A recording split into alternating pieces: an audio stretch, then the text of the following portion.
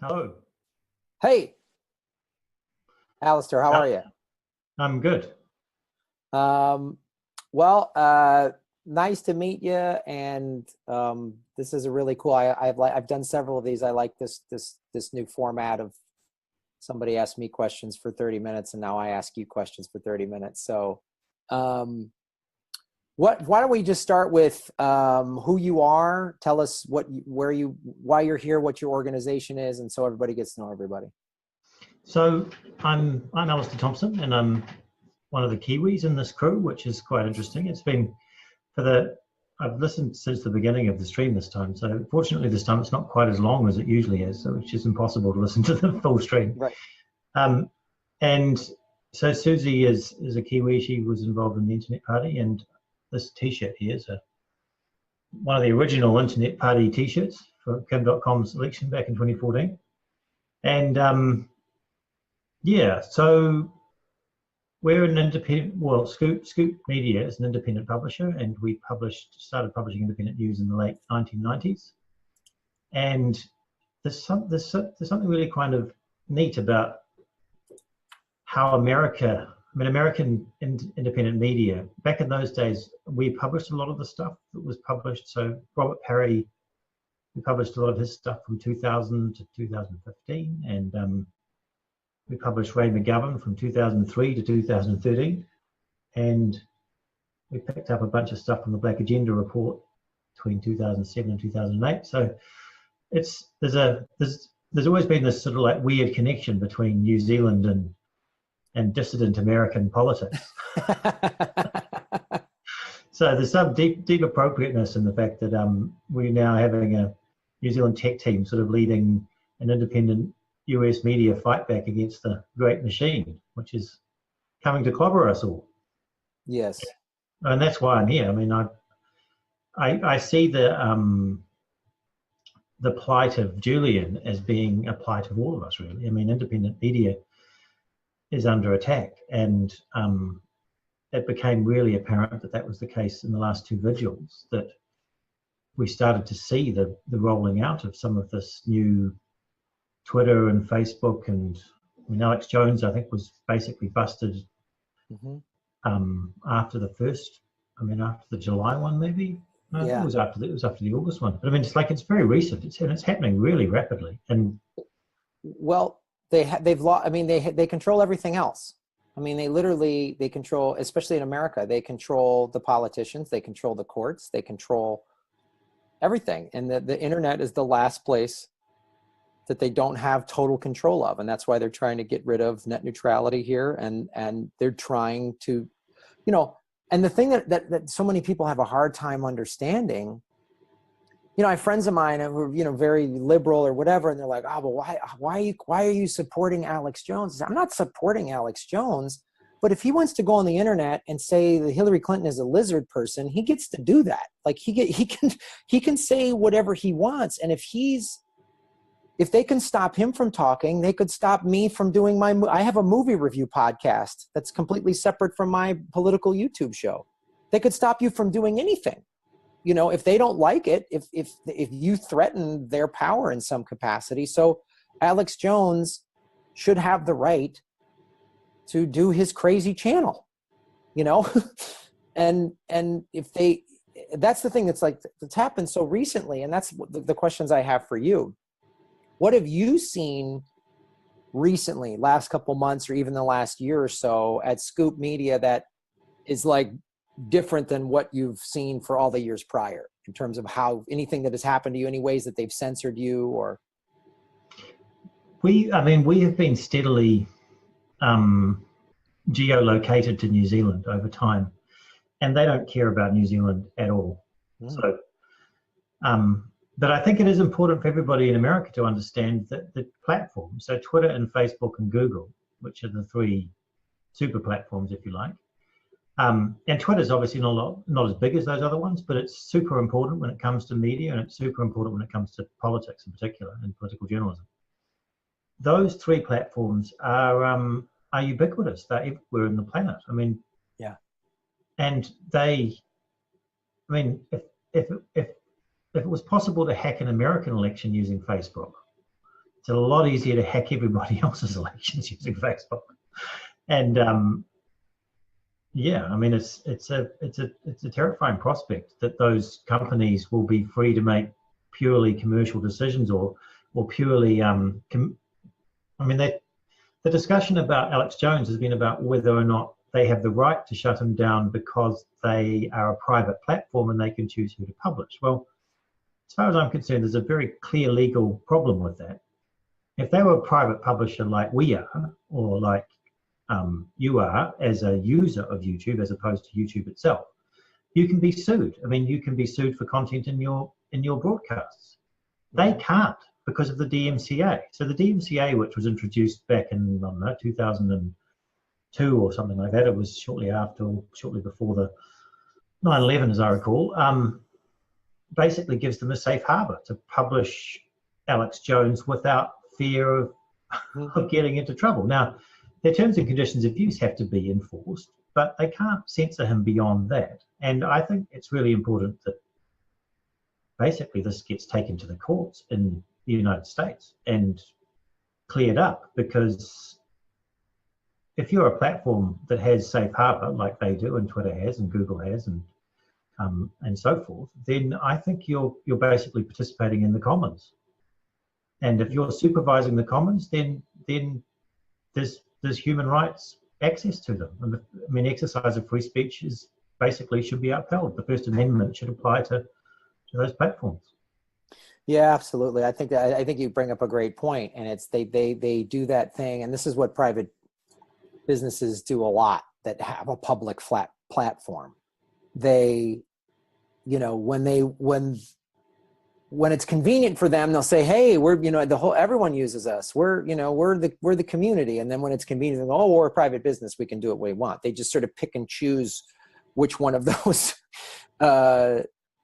delineations that suits them at the time. And I think that's a great point. I hope this does go to the courts, because as I was talking about with Ray McGovern, I don't like the fact that a bunch of unelected tech billionaires who are just making decisions about our First Amendment rights. Why do they get to do that? They created this public platform that anyone can join and people can say whatever they want. And like you say, like if somebody says, "Hey, I want to kill you," okay, then they violated the rules and you can pull them. But just I'm saying whatever my political and social beliefs are, and you find them offensive, so I'm pulling you. That's dangerous, I think, for everybody. Are there any? There's also other things. There's some really weird inconsistencies going on here. So Twitter's clearly got some quite powerful technology to actively block and using AI people when they first appear. And yet armies of trolls continue to prowl the internet and basically jump on liberals in various strange circumstances. Now, I've never been trolled, not properly. Occasionally there's some annoying person that gets annoyed with me, but I've been outspoken for 20 years and I just really have never. My Facebook is open. I post most things publicly. I post most of my Twitter. I tweet. Twitter feed is obviously public, but I don't get attacked by these crazy right-wing trolls. Now, why the hell is that? But also, they can just stop them in a heartbeat if they actually wanted to. And they're blocking. Oh, yeah. Jimmy Dore has shown on his show Trump trolls and Hillary trolls. Like they're robots that respond the same way. It's so funny. And like you say, Twitter has the technology to root these. This is a robot. This is a troll, to root them out. And yet that's the thing that I have such a problem with, and that I hope goes to the courts, is they're just sort of arbitrarily determining who gets to speak and who doesn't. And that. I actually think it's worse than that. I think there's active cooperation between the platforms and the intelligence agencies at a deep level, and they're being paid for it, and they've got APIs, and they can whitelist content for certain people. They can, the manipulation of the Facebook system to manipulate the outcome of the US election is just the tip of the iceberg. It's the beginning of a cycle, and there needs to be full transparency of the algorithms, because otherwise there's no way. What are you going to do if you're in Vietnam or Yeah. Well, it's what the CIA has been doing for decades, and that's the thing. It's so, Jeff Bezos was paid $600 million by the CIA. He owns the Washington Post. He controls Amazon, which is the largest store ever, which now Amazon is producing content. I'm going to post this picture on my Patreon page. There's this massive billboard in Los Angeles that Amazon put up. It's Fleet Week in LA, which I've never seen before. Fleet Week is where the Navy, they do this down in San Diego because San Diego has a massive US Navy base. It's a thing they've done for years. It's Fleet Week. So they bring in the big aircraft carriers and the destroyers, and people can go on there. And it's sort of almost like a special 4th of July just for the Navy.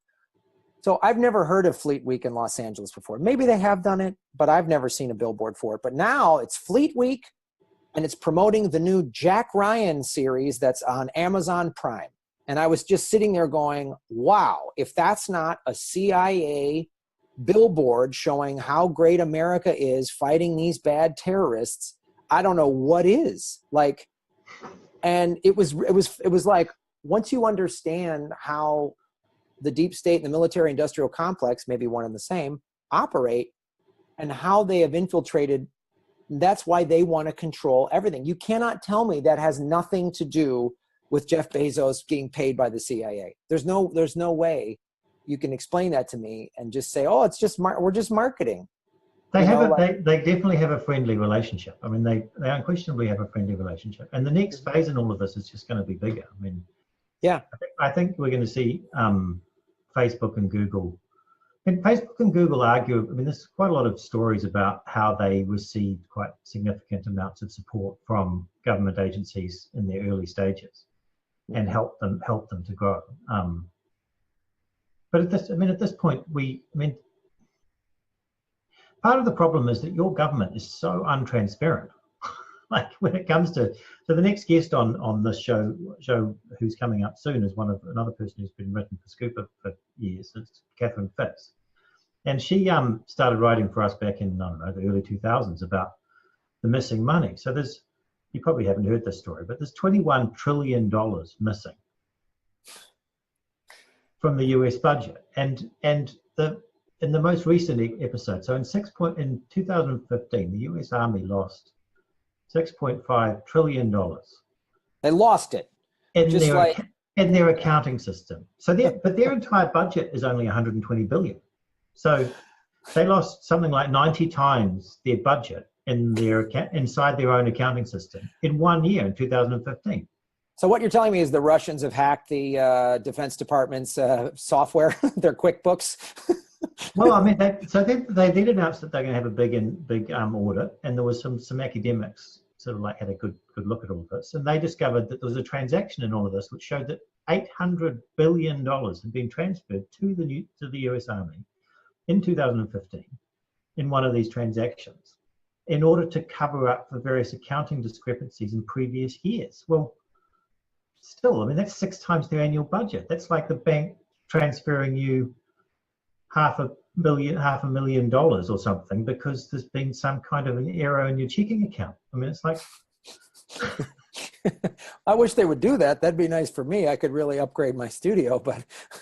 But I mean, that might explain some of the reasons for some of these crazy things that we're seeing at the moment. I mean, why do we need this kind of crazy surveillance and media control going on? I mean, well, it's for me, what I keep talking about is I saw a very simple graph, and I said it when I was talking to Ray, and I'll say it again now. There's a very simple graph that showed defense spending, global defense spending. The height of the graph, the pinnacle was 1980, the height of the Cold War, right? Mm-hmm. When Russia and the US could blow the world over 20 times over or whatever, and they just kept having to buy, and we need another bomber, and they have more bombers than we do, and rockets. Slowly, when the Soviet Union collapsed, and what was that, 89 or 90, the graph went down. The lowest amount of global defense spending was in 2000. Shocker, 9/11 happens, defense spending goes up, and it started to drop again in like 14, 15, after we started winding down some of the wars. Even though Obama took us from 2 wars to 7, he went to more of the special operation. I can just drone strike anybody so that we have never-ending war. And so they just have to. That rules the whole world. That and the petrodollar, in my opinion, rules the whole world. So everything is just about, we have to get this money back up. So we have to create bad guys. We have to surveil everybody, and we can justify. I mean, we've got the global war on terror. So now we've got this sort of invisible bad guy that we can spend all this money and research on. And we have, and all those laws were passed after 9/11 by Bush. And then Obama even expanded the surveillance state, because now we can just transfer $800 billion because we need more cyber war. Now we have a cyber war we have to fight. There's always a war on something that we need to spend trillions of dollars on. And they don't know how to get out of it. And the carbon bubble, which is tied to all of this, in my opinion, that the governor of the Bank of England 3 years ago gave a speech saying the carbon bubble, meaning fossil fuel investment, if that collapses, the whole world's economy could have collapsed. And he said, what the problem is, it's not when we run out or whatever, it's when investors don't see a long-term return on their investment. When investors start going, oh, we're going to be, and you start seeing all these countries are saying, we're not going to sell gas cars by 2030. Like India said it, all these other countries are starting to say it. And the governor of the Bank of England, who I doubt is some kind of hippie, is saying we need to deflate this bubble. So to me, that's all connected. Oil and the war machine are all connected. And then they use the surveillance and the stifling of voices to keep this going. And that's why Julian is in jail. That's why they've throttled independent media. That's why YouTube has stifled any independent media person I know. Jimmy Dore, Kyle Kalinske, they've all, their numbers get throttled the minute you start talking about anything that threatens their war machine and for the oil and the control and the corporate control of everybody. Yeah, I mean, another aspect of that whole climate thing is the fact that the shareholders who might be concerned about their long-term ability to continue to make profits have acted completely irrationally for the past 50 years, because they knew about this back 50 years ago, and they did nothing. And not only did they do nothing, they did everything in their power to try to prevent any action being taken against the carbon usage. Yeah, and that's why. And that doesn't seem remotely rational. Oh, it's not. It is a form of psychosis, and I think part of it is everyone, they think the corporations, they're these smart, and they're literally just thinking of, all they think about is the next quarter and the next stock. Like, we just need a good stock report, a good quarter, next quarterly earnings need to look good. They're not thinking 20 years down the road, and that's why they spend so much money on the climate debate, the corporate media in America. If the corporate media in America were to just flat out say, guys, climate change is here. That's the wildfires in California are bad. Like, we had 7 hurricanes last year and did it. Then what would happen is everybody would then have to pivot. Everyone would say, fossil fuels are the problem. Everyone would have to immediately pivot from them. So that's why the fossil fuel industry buys all this ad time on the major networks and all the corporate media in America, because they need the fossil fuel industry is like a defense attorney for a serial killer that they know is guilty. They're just trying to introduce one ounce of doubt. But if they kill all their consumers, it's hardly going to get them anywhere, is it? Yeah. So one of the really ironic things that's happened in the last couple of weeks is Trump starting to twig to all the stuff about Google and Twitter sort of censoring stuff. And where the enemy of progressive media is basically, is also the enemy of Donald Trump. Mm-hmm. And our enemy's enemy is our friend. in a weird sort of way. Well, Trump is like some sort of he strikes me as being some sort of I don't know, a thing that had to happen in order to wake everybody up. I mean, it does look as though in the last few weeks, it does look as though this midterm election is going to be a true watershed in US politics and progressive politics and youth turnout and women's turnout and women's participation in stuff. And all of this stuff is happening as a result pretty much directly of Trump. And had Hillary Clinton been elected, I can't imagine any of this stuff would happen. Oh, we wouldn't have had the women's marches. We wouldn't have had people like flocking town hall meetings at cabinet appointments. I've never heard of that in my entire life. We wouldn't have all these young people running, saying, you know, Alexandria Ocasio-Cortez. I don't know if she would have happened if Hillary would have won. Everybody, you know, there was a popular, this photo got sent around at one of the women's marches. Somebody put up a sign saying, if Hillary would have won, we'd all be at brunch right now. And everybody laughed, ha, ha, ha. And it was like, yeah, we all went to brunch for 8 years of Obama. We weren't paying attention. And I think, like you said, I agree. I think Trump needed to happen to get people to go. I just say Trump is the most vulgar version of what American presidents have been doing for 4 decades. I mean, Obama was nice and polite, and he got the Nobel Peace Prize, and he killed so many poor brown people in the Middle East. He deported 2 million people, but his tweets were polite. You know, George, and now people on the left are like, boy, we miss good old nice beer drinking George W. Bush. Oh, the guy that lied about the war in Iraq. Got it. Like it's and I think those guys were nice and polite, and they didn't have any offensive tweets. And Trump is just the ugliest, most vulgar version of what the American kleptocracy. We do not have a representative democracy at all. It's not transparent at all. And you're right. I think we needed him. I don't know that I would have gotten involved in politics. I don't know that I would have started my political vigilante YouTube show, which I've started to go back to YouTube. I've started to put videos on Daily Motion because they're not going to throttle me yet unless Google buys them or whatever. But I'm about to leave here in a couple minutes, but I was just thinking there's a way to bring this back to WikiLeaks and to Julian Assange. And that is that, I mean, only in this sort of environment, it's only the power of actual truth-telling, true truth-telling, which gets through all of this. And none of us know what to believe anymore. But the weird thing about the leaks, so the weird thing about the emails which led to Debbie Wasserman Schultz sort of resigning and which Clinton blames for losing the election, and all these people are sort of like want to crucify Julian for it. Nobody knows that they're true. Those emails were true. And in a world which is covered in surveillance, it's impossible for journalism to break in through these stories. I mean, how the hell are we going to find out what actually happened to $21 trillion? I mean, if $21 trillion really has been stolen from the US Treasury over the past 2 decades, which on the face of it, that's what the evidence suggests.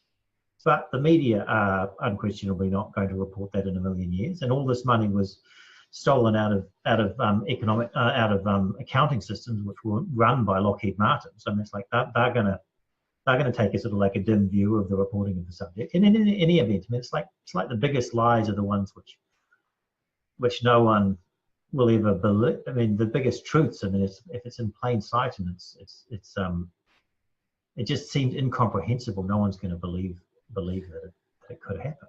I think that's the issue, and why it's easier, I think, in some people's minds, especially Americans, to just go, oh, well, Julian must be working with Russia, because the reality that the American government is this corrupt, and that there is a surveillance state, that the deep state is doing this, is harder to believe. I think it's like, you know, when all these, and it's happening again in Pennsylvania, when like these Catholic priest pedophile things come out, some people just go, nope, didn't happen. Nope, the church would never do. They don't want to hear it. And yeah. I think that's part of the problem is people just go, no, America, we're the good guys. I know we're not perfect. We're the good guys. Nope. It must have been these 1 or 2 people colluding with the big bad Russians over there. And not that Russia doesn't do corrupt things too. They're a corrupt government, just like everyone. Most governments are corrupt. But this idea, Americans are just having a hard time waking up to the fact that we're not the good guys. We haven't, most of our wars are for profit. I mean, you read, or Smedley Butler, that World War I general who, and I posted his speech that he gave in the late 30s. He said, he talked about all the wars he did in the Philippines and Central America that were just for American corporate interests back in the 1800s. I mean, World War I was America got involved in World War I because of a marketing campaign, because George Creel was appointed by Woodrow Wilson to create the Creel Commission to sell Americans on the war that at the time they viewed World War I as a Wall Street war. That's what it was called. Well, it was enormously profitable. It basically bought them Europe. I mean, yes. Second World War bought them the rest of the United Kingdom that they didn't already own. Yeah. I want to ask you this before I go. Do you think the fact that, as you said earlier, that no one's paying attention to New Zealand, do you think that puts you in an advantage because they're sort of, America is arrogantly not giving you credit or paying attention, as you as an independent journalist from New Zealand? I definitely think that's exactly what happened for the first decade of the internet. I mean, no one really noticed that we were there, and I mean, a few people did, but I mean, it was wonderful because not only that, the Google hadn't really cottoned onto time zones with its search engine either. So our time zones were always the most recent because we were in the as far as east as you can possibly go. So we ranked really, really highly. Half of our audience was American for the first, I don't know, 8 years. Nice. It was, but yeah, I mean, I think there is, I think also Europe. It's not just New Zealand. I think at the moment Europe is the new safe zone.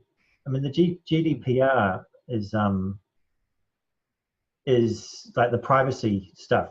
I don't know if it's had much impact there, but I mean, you're being asked every day when you go to any website whether or not you want to let them store your cookies, and there's various opt-out mechanisms. That's all because of the EU, mm-hmm. And the EU potentially can probably regulate the internet giants more effectively than the US Congress, I would imagine. Well, that's tremendous, Alastair. Thank you so much for being on this. I'm going to jump off. I've started following you on Twitter because Susie Dawson gave me your Twitter handle. Please follow me back because I would love to interview you one-on-one for my show, The Political Vigilante. And everybody out there, please go to GrahamElwood.com and follow me on Twitter at Graham Elwood and watch my show, Political Vigilante. And I have a Patreon page, patreon.com/Graham Elwood. So thank you so much for having me on the show. And thanks for talking to me, Alastair. It was very nice to meet you, Graham. And a pleasure. All right, thanks, Susie, for this wonderful format. Susie's awesome, man. Susie's the best. Cheers. All right, thank you. Bye-bye.